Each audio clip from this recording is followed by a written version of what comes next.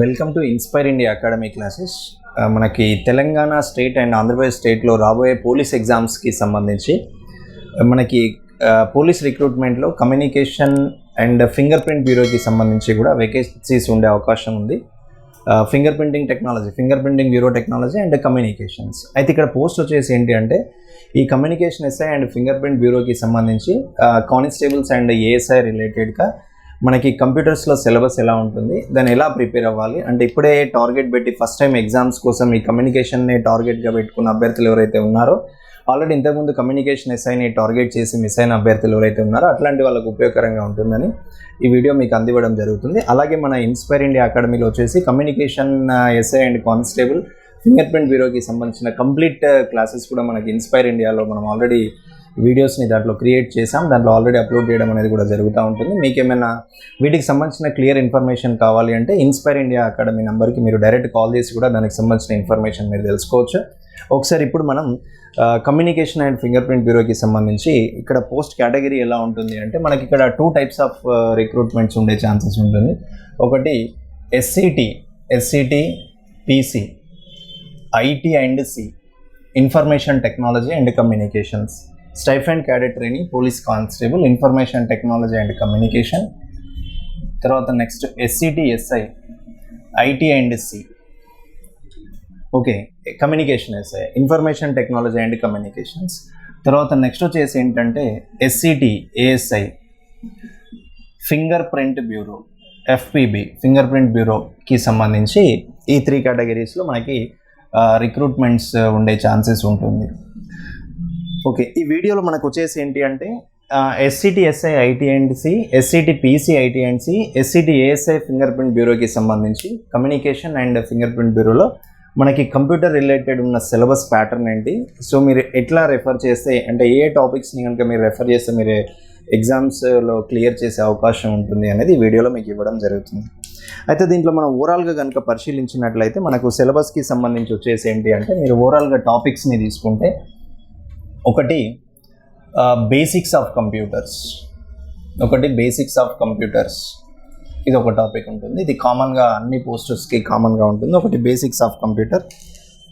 Next వచ్చేసి ఏంటి అంటే ఇక్కడ computer hardware, so computer hardware.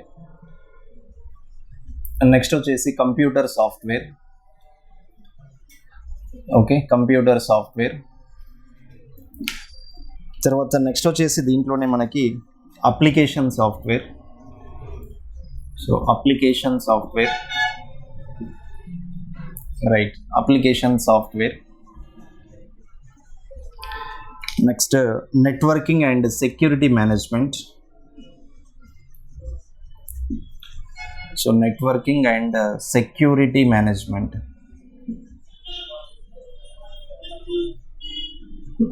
Networking and security management, right. తర్వాత నెక్స్ట్ వచ్చేసి ఏంటి అంటే కొన్ని operating system concepts, so operating system concepts. Next వచ్చేసి కొన్ని database concepts, so database concepts, right. ఈ కేటగిరీస్లో మీరు రెఫర్ చేయాల్సి ఉంటుంది, గుర్తుపెట్టుకోండి. ఇక్కడ మనకు జనరల్గా basics of computers, computer hardware, computer software, application software, networking and security management, operating system concepts, next database కాన్సెప్ట్స్కి సంబంధించి ఈ పాయింట్స్ మీకు దీంట్లో ఇవ్వడం జరుగుతుంది. అయితే ఇక్కడ బేసిక్స్ ఆఫ్ కంప్యూటర్స్ కనుక మనం పరిశీలించినట్లయితే మీరు ఓవరాల్గా అబ్జర్వ్ చేయాల్సింది ఇక్కడ ఎక్కువగా కూడా రెఫర్ చేయాల్సిన పాయింట్స్ అంటే దీన్ని ఎట్లా చదవాలి బేసిక్స్ ఆఫ్ కంప్యూటర్స్కి సంబంధించి అంటే దీంట్లో మీరు మేజర్గా చూడాల్సింది ఏంటి అంటే ఒకటి కంప్యూటర్ జనరేషన్స్ తీసుకోవాలి. మనకి కంప్యూటర్ జనరేషన్స్ ఏమేమి ఉన్నాయి, generations of computers, right. Next types of computers, వాటికి సంబంధించి టైప్స్ ఆఫ్ కంప్యూటర్స్. తర్వాత ఇప్పుడు లేటెస్ట్గా వచ్చేసి ఏంటి అంటే మనం యూజ్ చేసే లేటెస్ట్ టెక్నాలజీ రిలేటెడ్ కంప్యూటర్స్ అంటే మనం కంప్యూటర్లో రీసెంట్గా ఎట్లాంటి టెక్నాలజీస్ని ఇంప్లిమెంట్ చేస్తున్నాం, వాటికి సంబంధించిన ఫైల్ ఫార్మాట్స్ ఎలా ఉంటున్నాయి, ఫైల్ ఎక్స్టెన్షన్స్ ఎలా ఉంటున్నాయి అనేది కూడా దీంట్లో డిస్కస్ చేయాల్సి ఉంటుంది. నెక్స్ట్ వచ్చేసి ఏంటంటే వీటికి సంబంధించిన latest file formats and extensions,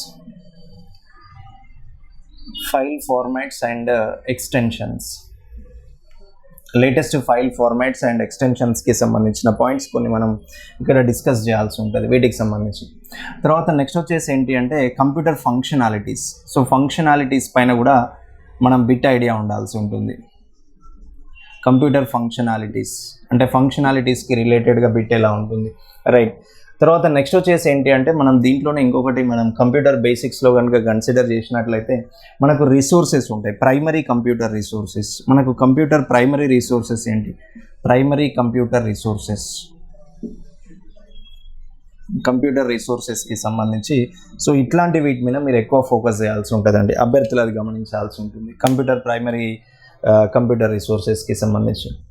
ఇక దీని తర్వాత నెక్స్ట్ వచ్చేసి ఏంటి అంటే ఒకసారి మనం కంప్యూటర్ హార్డ్వేర్కి వెళ్దాం. సో మనం కంప్యూటర్ హార్డ్వేర్లో మనం ఎలాంటి టాపిక్స్ రెఫర్ చేయాలో ఒకసారి చూద్దాం కంప్యూటర్ హార్డ్వేర్కి సంబంధించి. ఇక్కడ మనం కంప్యూటర్ హార్డ్వేర్లో వచ్చేసి ఏంటంటే మీరు రెఫర్ చేయాల్సిన టాపిక్స్ ఎక్కువగా కూడా హార్డ్వేర్ కేటగిరీస్. సో ఇక్కడ మనకు సంబంధించి హార్డ్వేర్ కేటగిరీస్ ఏమేమి ఉన్నాయి, కేటగిరీస్. సో హార్డ్వేర్ కేటగిరీస్ ఏంటి, okay, what are the categories of computer hardware. తర్వాత నెక్స్ట్ వచ్చేసి దీంట్లోనే మనకు వచ్చేసి ఏంటి అంటే input hardware components, input hardware components, input hardware components. Next వచ్చేసి output hardware components, hardware components. Next motherboard hardware components. ఈ మదర్ బోర్డ్కి సంబంధించిన ఈచ్ అండ్ ఎవ్రీ పాయింట్ మనం చాలా క్లియర్గా రెఫర్ చేయాల్సి ఉంటుంది. మదర్ బోర్డ్ హార్డ్వేర్ కాంపోనెంట్స్లో మనకు మేజర్గా వచ్చేసి ఏంటి అంటే దీంట్లో మనకు ఐడియా ఉండాల్సినవి ఒకటి పీసీఐ స్లాట్స్. పీసీఐ స్లాట్స్ ఎట్లా ఉంటాయి, వాటికి సంబంధించిన ఇన్ఫర్మేషన్ ఏంటి, ఐఎస్సిఐ స్లాట్స్ ఎలా ఉంటాయి. తర్వాత నెక్స్ట్ వచ్చేసి మనకి data buses, next system buses, next ID connection slots, so connection slots ఎట్లా ఉంటాయి. నెక్స్ట్ వచ్చేసి CMOS బ్యాటరీ ఎలా ఉంటుంది, CMOS బ్యాటరీకి సంబంధించి. సో ఇట్లాంటి కంప్లీట్ ఇన్ఫర్మేషన్ అంటే కంప్లీట్ కేటగిరీస్కి సంబంధించిన ఇన్ఫర్మేషన్ అనేది మీరు దీంట్లో తీసుకోవాల్సి ఉంటుంది. కంప్యూటర్ హార్డ్వేర్లో total hardware categories, hardware components, input and output hardware components, motherboard hardware components, right, PCI slots, ISA slots, data buses, system buses, ID connection slots, CMOS battery related. Okay, అంటే ఇది ఒకటి CMOS battery, complementary metal oxide semiconductor related batteries. అంటే ఇవనే కాకుండా ఇంకా దీంట్లో ఇంటర్నల్గా మనకు డాటర్ బోర్డ్స్ ఉంటాయి. ఇంకా దీంట్లో మేజర్గా వచ్చేసి ఏంటి అంటే ఇంకొకటి హార్డ్వేర్ కాంపోనెంట్స్లో డాటర్ బోర్డ్స్ రిలేటెడ్ కూడా మనం రెఫర్ చేయాల్సి ఉంటాయి. ఒకటి పాయింట్ గుర్తుపెట్టుకోండి అక్కడ. సో డాటర్ బోర్డ్స్ రిలేటెడ్ కూడా మనం పాయింట్స్ గుర్తుపెట్టుకోవాలి. డాటర్ బోర్డ్ అంటే వచ్చేసి ఏంటి అంటే ఇక్కడ మనకు మేజర్గా తీసుకున్నట్లయితే VGA కార్డ్ ఒకటి ఉంటుంది, ఈథర్నెట్ కార్డ్ ఉంటుంది, సౌండ్ కార్డ్ ఉంటాయి, ప్రింటర్ కార్డ్స్. సో ఇట్లాంటి ఇప్పుడు ఉన్న ప్రజెంట్ సిచ్యువేషన్లో ఇవన్నీ ఆన్ బోర్డ్ వస్తున్నాయి, మదర్ బోర్డ్ ఎక్కి ఆన్ బోర్డ్లో రావడం జరుగుతుంది ప్రజెంట్ ఉన్న టెక్నాలజీస్లో. బట్ వాటిని ఇండివిజువల్గా మనం కొంత రెఫర్ చేయాల్సిన పరిస్థితి ఒకటి ఇక్కడ క్రియేట్ అవ్వడం అనేది జరుగుతుంది డాటర్ బోర్డ్స్. తర్వాత ఇంకొకటి ఏంటంటే మనం ఇక్కడ కంప్యూటర్ హార్డ్వేర్లో ఇంకా కూడా మీరు రెఫర్ చేసుకోవాల్సింది కంప్యూటర్ ట్రబుల్ షూటింగ్కి సంబంధించి. అంటే ఇప్పుడు ఏదైనా ప్రాబ్లం అక్కరైంది, ఏదైనా డివైస్కి ఎర్రర్ ప్రాబ్లం అయింది, సో దాన్ని ఎట్లా రిజాల్వ్ చేయాలి, దాంట్లో టాస్క్ మేనేజర్ ఎట్లా ఉంటుంది, కంట్రోల్ ప్యానల్ సెట్టింగ్స్ ఎట్లా ఉంటాయి, ఫౌండ్ న్యూ హార్డ్వేర్ ఎలా ఉంటుంది, how to add new device to the system అనేది ఎలా ఉంటుంది. తర్వాత నెక్స్ట్ వచ్చేసి ఏంటంటే వీటికి సంబంధించి PNPs అని ఉంటుంది మనకి, ప్లగ్ అండ్ ప్లే డివైజెస్ యొక్క ఫంక్షనాలిటీస్ ఎలా ఉంటుంది, వాటికి సంబంధించిన ఫైల్ ఫార్మాట్స్ ఏంటి అనేది కూడా మనకు సో దీంట్లో మనం క్లియర్గా మీకు ఎక్స్ప్లెయిన్ చేయడం అనేది జరుగుతుంది సిలబస్లో. ఇక దీని తర్వాత నెక్స్ట్ వచ్చేసి ఏంటంటే ఒకసారి కంప్యూటర్ సాఫ్ట్వేర్కి వెళ్దాం. తర్వాత నెక్స్ట్ వచ్చేసి ఏంటి అంటే మనం కంప్యూటర్ సాఫ్ట్వేర్కి వెళ్తున్నాం. ఇక్కడ సాఫ్ట్వేర్ అంటే వచ్చేసి ఏంటంటే మనకు సాఫ్ట్వేర్ కేటగరైజేషన్స్ ఏంటి, what is the use of software అంటే ఎలా ఉంటుంది, తర్వాత మనకు నెక్స్ట్ కావాల్సిన సాఫ్ట్వేర్ నీడ్స్ ఎలా ఉన్నాయి, types of softwares. So types of softwares ఏమేమి ఉన్నాయి, వాటి యొక్క నీడ్స్ ఎట్లా ఉన్నాయి, ప్రైమరీ నీడ్స్ అనేది. దాంట్లో సిస్టమ్ సాఫ్ట్వేర్ అంటే ఎలా ఉంటుంది, అప్లికేషన్ సాఫ్ట్వేర్ ఎలా ఉంటుంది, మనకు కావాల్సిన కంప్లీట్ రిక్వైర్మెంట్స్ ఏంటి సాఫ్ట్వేర్ రిలేటెడ్, సాఫ్ట్వేర్ కాన్ఫ్లిక్ట్స్ని ఎట్లా రిజాల్వ్ చేయాలి, ఒకటి సాఫ్ట్వేర్ కాన్ఫ్లిక్ట్స్ అనేది ఎట్లా ఉండడం జరుగుతుంది, how to resolve software issues or software problems, right. తర్వాత నెక్స్ట్ ఏదైనా ఫైల్ కరప్ట్ అయింది, ఏదైనా సాఫ్ట్వేర్ ఫైల్ కరప్ట్ అయింది, ఆ కరప్టెడ్ ఫైల్ని మనం ఎట్లా రికవరీ చేయాలి, so how to recover corrupted file అన్నట్టు. సో ఏదైనా ఫైల్ కరప్ట్ అయినప్పుడు దాన్ని ఎట్లా రికవరీ చేయాలి, so corrupted file format. So వీటికి సంబంధించిన పాయింట్స్ మనం ఇక్కడ కంప్యూటర్ సాఫ్ట్వేర్కి సంబంధించిన దాంట్లో డిస్కస్ చేయడం జరుగుతుంది. ఇంకొకటి ఏంటంటే సాఫ్ట్వేర్కి కొన్ని ఎక్స్టెన్షన్స్ కూడా ఉంటాయి. ఒక్కొక్క సాఫ్ట్వేర్కి ఒక్కొక్క ఎక్స్టెన్షన్ అనేది ఉండడం జరుగుతుంది. ఆ సాఫ్ట్వేర్ ఎక్స్టెన్షన్ పాయింట్స్ని కూడా సో దీంట్లో మీకు అందివ్వడం అనేది జరుగుతూ ఉంటుంది. తర్వాత నెక్స్ట్ ఒకసారి మనం అప్లికేషన్ సాఫ్ట్వేర్కి వెళ్దాం. ఇక్కడ అప్లికేషన్ సాఫ్ట్వేర్. సో ఈ అప్లికేషన్ సాఫ్ట్వేర్ ఎప్పుడైనా కూడా ఎలా ఉంటుంది అంటే, సో ఇప్పుడు అప్లికేషన్ సాఫ్ట్వేర్, ఈ అప్లికేషన్ సాఫ్ట్వేర్ ఎప్పుడైనా ఎలా ఉంటుందంటే అది యూజర్తో ఇంటరాక్ట్ అవుతుంది అన్నట్టు. అంటే user interactions, it always interacts with the user interactions. అది యూజర్ ఇంటరాక్షన్స్ని బేస్ చేసుకొని ఉంటుంది. మరి యూజర్ ఇంటరాక్షన్స్ ఎట్లా ఉన్నాయి, అప్లికేషన్ సాఫ్ట్వేర్స్కి సంబంధించిన లేయరింగ్ టెక్నాలజీ అనేది ఎలా ఉంటుంది, అప్లికేషన్ లేయరింగ్ టెక్నాలజీ అని ఉంటుంది ఒకటి మనకి, ఇది bit important. So application layering technology, application software layering technology, వాటికి సంబంధించిన లేయరింగ్ టెక్నాలజీ ఎలా వస్తుంది, టెక్నాలజీకి సంబంధించిన పాయింట్స్ ఎట్లా ఉంటాయి, రైట్. తర్వాత ఇంకొకటి ఏంటంటే మనకు అప్లికేషన్ సాఫ్ట్వేర్లో కనుక కొన్ని పాయింట్స్ తీసుకుంటే ఇక్కడ మనం కొద్దిగా ఎంఎస్ ఆఫీస్ని ఎక్కువ ఫోకస్ చేసే అవకాశం ఉంటుంది. ఇక్కడ ఎంఎస్ ఆఫీస్కి సంబంధించిన complete each and every point మీకు ఐడియా ఉండాలి. ఎంఎస్ ఆఫీస్లో మీరు ఏంటంటే ఇక్కడ స్టాండర్డ్ వర్షన్ 2003 వర్షన్ నుంచి స్టార్ట్ చేస్తే 2000 లేటెస్ట్ వర్షన్ వరకు కూడా మనకు కంప్లీట్గా వాటికి సంబంధించిన అప్డేట్ ఇన్ఫర్మేషన్ అనేది ఉండాలి.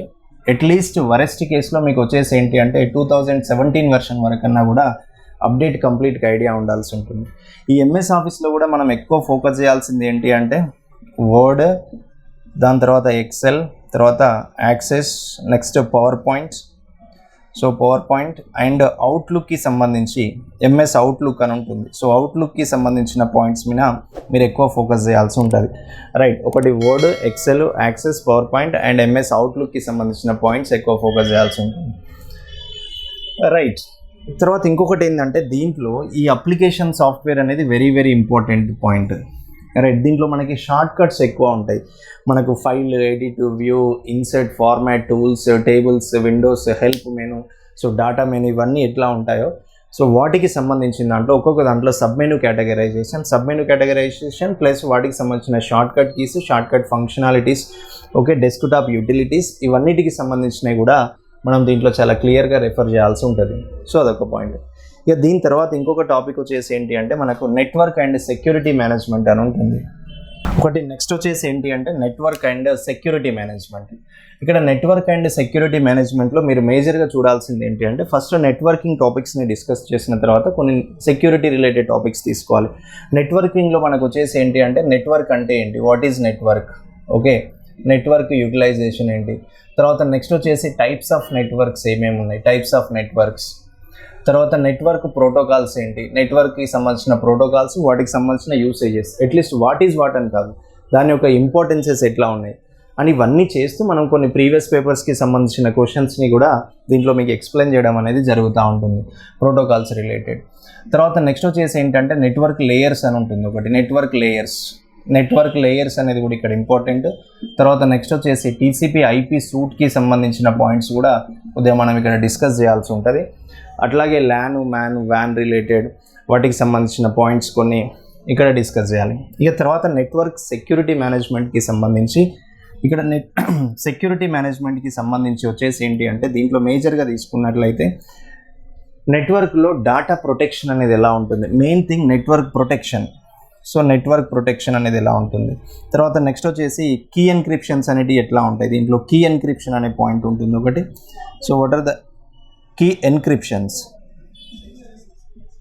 సో కీ ఎన్క్రిప్షన్స్ ఉంటాయి. అంటే ఇక్కడ మనకు వచ్చేసి ఏంటి అంటే ఒకటి so public key encryption, next వచ్చేసి ఏంటి అంటే private key encryption, public key and private key ఎన్క్రిప్షన్స్కి సంబంధించి ఒకటి protection, next key encryptions, public key encryption, private key encryption.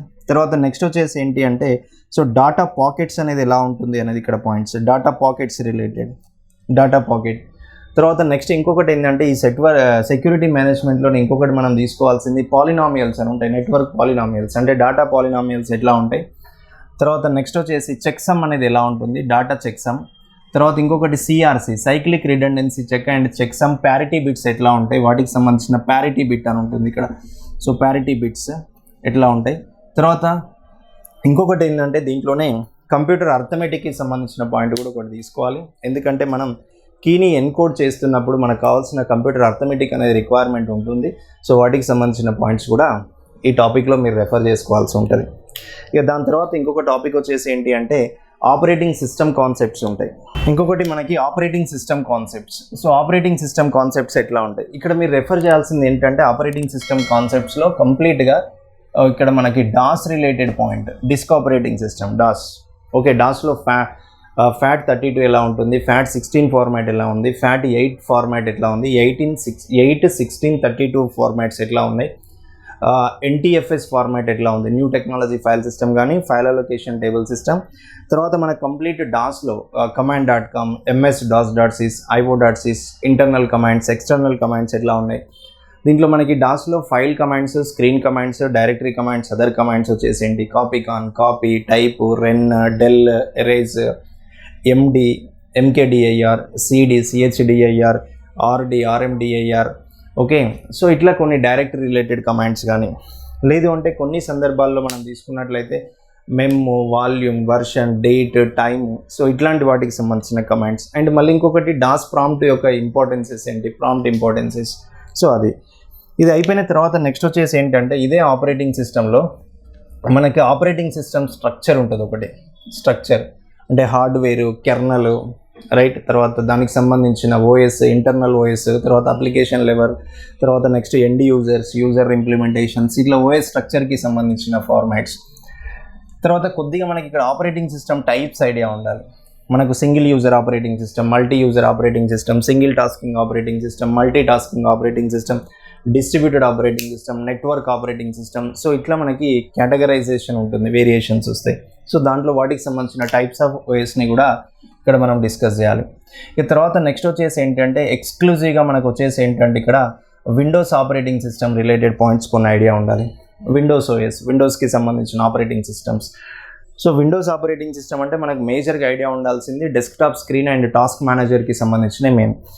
మనకి డెస్క్టాప్ మీద డిఫాల్ట్ ఐకాన్స్ ఉంటాయి. ఒకటి my computer, recycle bin, my documents, my network places, my documents, recycle bin, my computer and next one of the browser. So one default బ్రౌజర్కి సంబంధించి Internet explorer కానీ, లేదు అంటే Microsoft ఎడ్జ్కి సంబంధించి కానీ. ఇప్పుడు రీసెంట్గా అయితేనేమో మీరు లేటెస్ట్ వర్షన్ తీసుకుంటే మనకి విండోస్లో మీకు మైక్రోసాఫ్ట్ ఎడ్జ్ అనేది బై డిఫాల్ట్గా రావడం జరుగుతుంది. వాటికి సంబంధించిన ఫీచర్స్ ఏంటి, వాటికి సంబంధించిన అప్లికేషన్ లేయర్ ప్రోటోకాల్ ఎలా ఉంటుంది అనేది సో ఇక్కడ మనం కొద్దిగా చాలా క్లియర్గా అబ్జర్వ్ చేయాలి. తర్వాత టాస్క్ మేనేజర్కి సంబంధించిన ప్రాపర్టీస్ ఏంటి, టాస్క్ మేనేజర్లో ఉండే డిఫాల్ట్ ఐకాన్స్ ఏంటి, దాంట్లో స్టార్ట్ మెనూ ఎలా ఉంటుంది, వాటికి సంబంధించింది.